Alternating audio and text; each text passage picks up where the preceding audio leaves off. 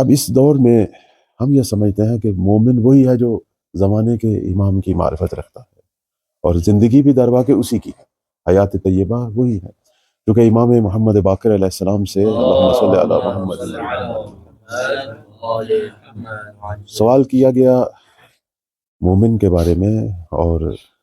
معرفت امام زمان علیہ السلام کے حوالے سے، اور اس کے جو ثمرات ہیں۔ بڑا خوبصورت فرمان ہے میرے مولا کا، فرماتے ہیں من مات وہو عارف لامامہ، جو شخص اس حالت میں مر جائے کہ اپنے زمانے کے امام کی معرفت رکھتا ہو۔ ویسے عام جو مشہور روایت ہے وہ یہ ہے کہ من مات ولم یعرف امام زمانہ مات میتۃ جاہلیہ، لیکن ایک اور بھی انداز ہے ہمارے ائمہ کا اس مسئلے کی اہمیت، اور وہی جو جملہ ہے حیات طیبہ والا، میں اسی کے ذیل میں صرف گزارشات جو ہیں وہ چند عرض کروں گا۔ فرماتے ہیں من مات وہو عارف امامہ، جو اس حال میں مر جائے کہ اپنے امام کی معرفت رکھتا ہو، فرماتے ہیں لم یضرہ تقدم ھذا الامر او تاخر، فرماتے ہیں کہ پھر اس سے فرق نہیں پڑتا کہ ظہور امام وقت پہلے ہو یا بعد میں،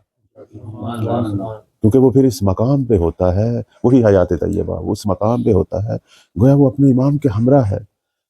اس نے اپنا گوہر مقصود جو ہے وہ حاصل کر لیا ہے، وہ زندگی جس کے لیے پروردگار نے اسے بھیجا تو وہ زندگی کو پا لیا ہے، اور وہ زندگی کیسے ہو سکتا ہے کہ امام وقت کے بغیر ہو؟ لیکن چونکہ ممکن ہے کہ یہ بات کسی کو سمجھ آتی کسی کو نہ آتی، پھر امام نے دوبارہ یہی جو ہے وہ فرمان ان کا پھر ایک اور انداز سے فرماتے ہیں من مات وہو عارف لامام زمانہ،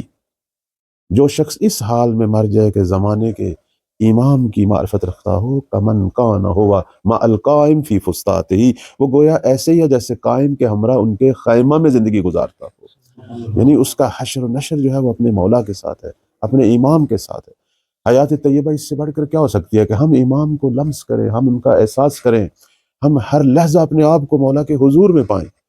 اور اسی بنا پر ہمارا جو ہے وہ عمل قائم ہو۔ کوئی بھی کام کرتے ہوئے انسان کہ اگر یہی توجہ ہو کہ میرے عمل جو ہے وہ بالآخر میرے امام تک پہنچنے ہیں، آخر باب عرض اعمال ہماری کتب روائی میں ہے،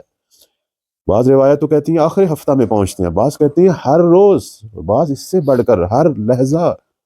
تو جب انسان یہ عقیدہ رکھتا ہے کہ میں ہر لحظہ اپنے امام کی نگاہ میں ہوں، تو یقیناً جو ہے اس کا عمل جو ہے وہ وہی ہوگا جو ہمارے مولا کی منشا ہے۔